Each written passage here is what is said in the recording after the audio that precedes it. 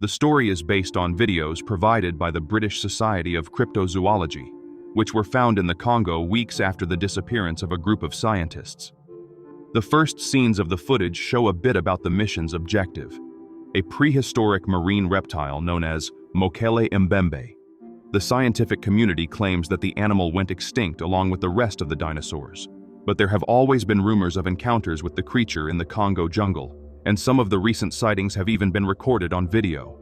The only scientists who take the case seriously are cryptozoologists, who are dedicated to investigating creatures whose existence has not been confirmed. One of them is the renowned zoologist Jonathan Marchant, who is about to lead an expedition to the Congo to investigate the sightings of Mokele mbembe. He counters the mockery of journalists by citing several cases of species that were thought to be extinct and were found to be alive. Jonathan's team includes a TV crew, and everyone is instructed to keep the cameras filming all the time, as the best footage is usually captured by accident. Jonathan has a teenage son named Luke, who is very excited about his father's heroism. He even records a video showing the items in his luggage and is impressed with the state-of-the-art satellite communicator. His father, however, is not as enthusiastic about having to take the boy with him to Africa. Luke was expelled from the school he attended for leaking embarrassing images of the principal and posting them online. Jonathan discusses over the phone with his ex-wife, Hannah, wanting her to keep the boy for the next few weeks, but he cannot convince her. Thus, Luke ends up being responsible for filming the trip there. The first team member to introduce herself is the young Liz Draper. A recent medical graduate, her role in the mission is to ensure the physical well-being of the other members. Luke also films the two official cameramen sent by the TV station, who are Dave Moore and Pete Van Ard. Upon arriving at the hotel, Jonathan realizes that his son is thinking about going with them. The boy even shows off his mini ultra-advanced cameras that send content to a hard drive remotely, saying that the station probably doesn't even have such equipment. Ignoring this, Jonathan tells Luke to stay in the room and wait for Aunt Rachel, who will take care of him during the expedition. Then we meet Amara, who works for the Congo Environmental Agency. She introduces the helicopter pilot, Etienne, and says that they are there to ensure the preservation of nature during the mission.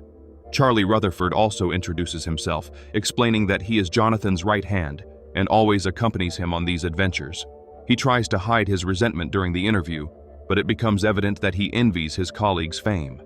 Inside the helicopter, Jonathan explains to Amara that the legendary Mokele mbembe lives in deep waters, which corresponds to only two types of dinosaurs that inhabited that region.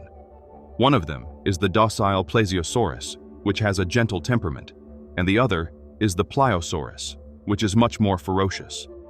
Liz and Amara listen to the explanations with a look of disbelief, not very confident that the animal actually exists. After an hour and a half of flying, Jonathan discovers that his son is hiding in a compartment of the helicopter. Furious, he demands to take him back to the hotel, but Etienne explains that there is not enough fuel. Charlie defends the boy, saying he just wanted to participate, and the atmosphere becomes tense for a few minutes. However, as they approach their destination, the landscape begins to become more interesting, and everyone looks out the window. Liz sees a group of huts, and Amara explains that this is a village of the Mbuti tribe. Then Luke notices the size of some of the birds, and realizes that their way of flying also seems a bit different. Not recognizing the species, Charlie asks for Amara's help, but she reacts even more strangely, drawing the pilot's attention in a very distressed tone. The reason soon reveals itself when one of the birds hits the window and several others begin colliding with the helicopter. Everyone tries to hold on while the pilot yells a distress call over the radio. When a flock of birds shatters the windows, the helicopter crashes in the middle of the jungle and Etienne does not survive the fall. Realizing the fuel leak, Jonathan orders everyone to leave and move away from the fuselage. Always disobeying his father, Luke goes back to grab his equipment and narrowly escapes the explosion, which earns him a scolding. When the others ask about the birds, Jonathan responds that they are just large aquatic birds and cuts off the topic before panic sets in. He is also losing patience with the cameramen's coldness, who do not stop recording for a minute, even after losing Etienne. The group then begins to cross the jungle, trying to ignore the frightening sounds on the way to the Mbuti village. But what they find upon arriving there is even worse, as the huts are abandoned, and there are several signs that something terrible occurred there. Something leaves Amara very frightened, but she does not share the discovery with the others, and hides her despair as soon as the camera approaches. As it is getting dark soon, Jonathan decides to spend the night in the empty huts. Peeking inside one of them, he sees that everything is broken and there is blood everywhere. Saying that this may have been a feud with another tribe, he simply skips that hut and moves on to the next ones until he finds one that is livable. Amara says they shouldn't spend the night there, but no one listens to her. As a precaution, Luke sets up a motion sensor camera on top of the entrance to one of the huts. Since the radio was damaged in the crash, and it is unknown whether Etienne managed to warn about the accident in time, the group prepares for the possibility that the rescue could take many days.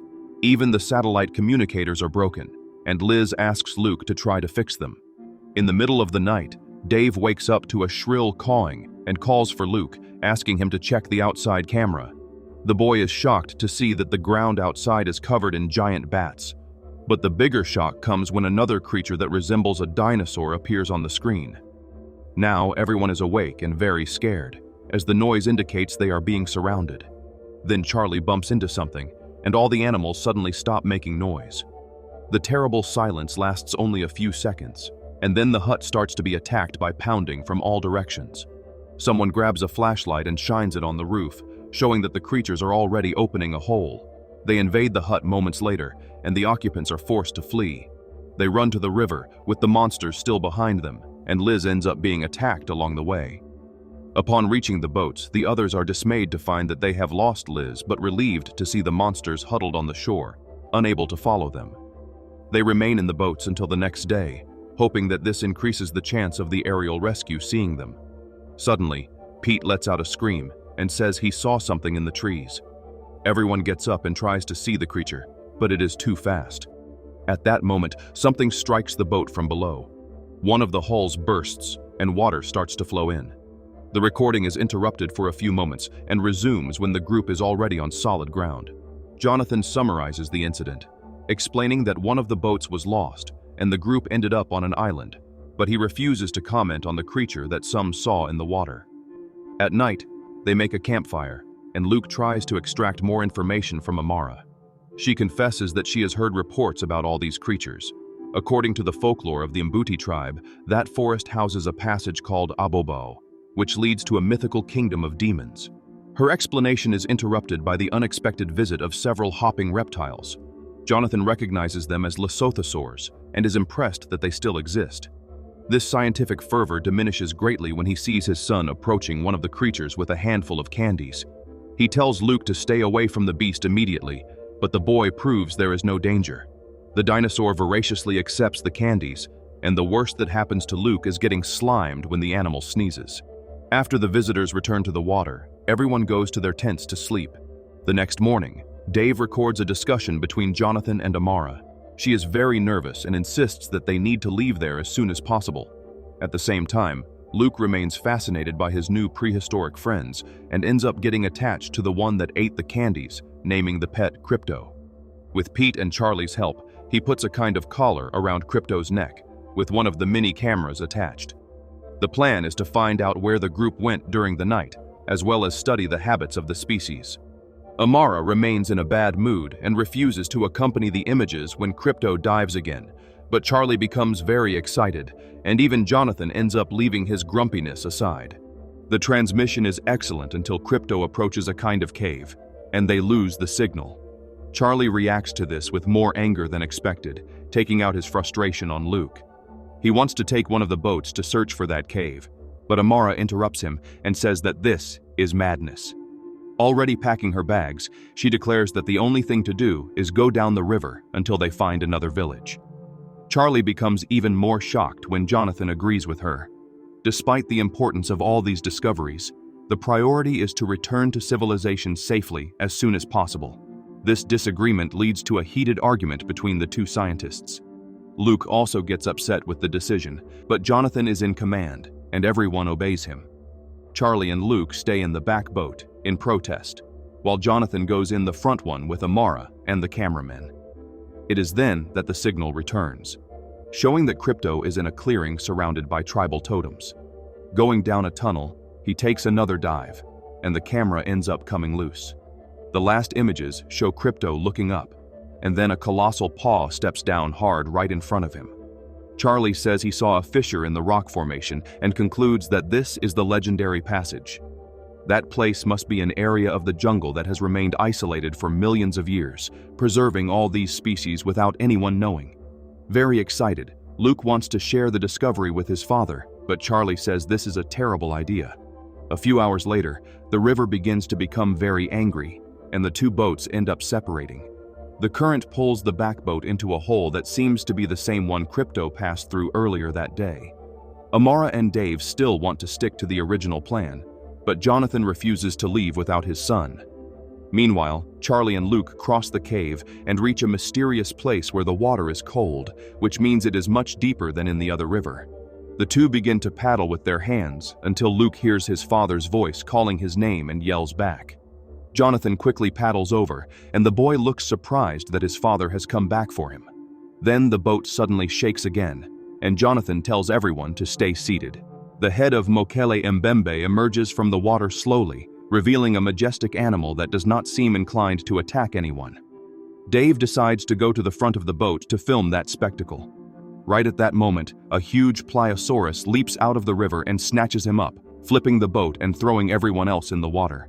Luke and Charlie manage to swim to the shore, but the boy cannot see the others and notices that the water is all red. Charlie insists that no one else survived and says they need to get away from the water. Indifferent to Luke's suffering, Charlie pushes through the brush without waiting for him to recover and insists that he fix the communicator soon. When the boy manages to sit up for a few minutes, he finally gets the device to work. He then realizes that Charlie is not nearby and almost panics, but he soon appears with a big smile, announcing that he found what he wanted. Crossing the clearing of totems, he takes Luke to the tunnel that Crypto went down before losing the camera. Only then does Luke have the chance to warn that he fixed the communicator. Very happy with the news, Charlie takes the device and throws Luke into the well. The boy falls into the water and almost drowns, unable to climb the shore because Charlie is there with a flashlight, ready to attack him again. At the first opportunity, Luke escapes the water and starts using the mini camera to try to tell the others what just happened, hoping that someone has survived and is watching the transmission. Through another camera, we see that Amara and Pete are fine.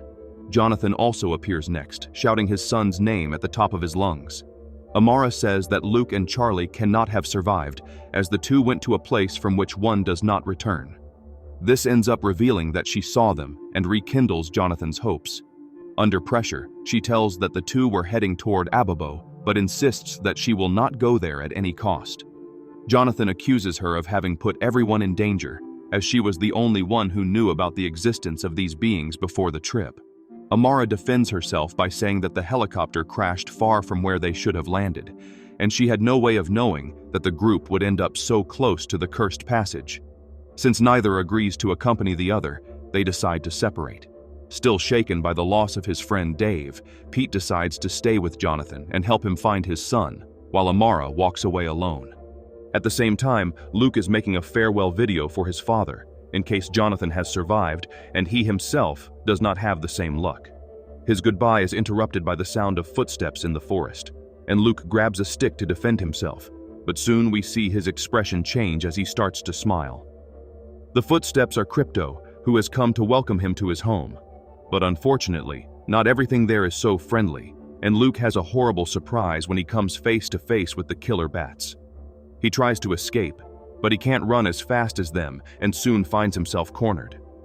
Luke is ready to leave this material plane when the bat right in front of him is hit by a microphone.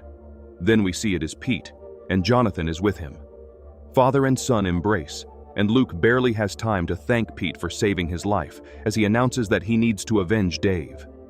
Running into the jungle, he gives in to the fury of revenge and starts striking more bats until he reaches an area where there are dozens of them.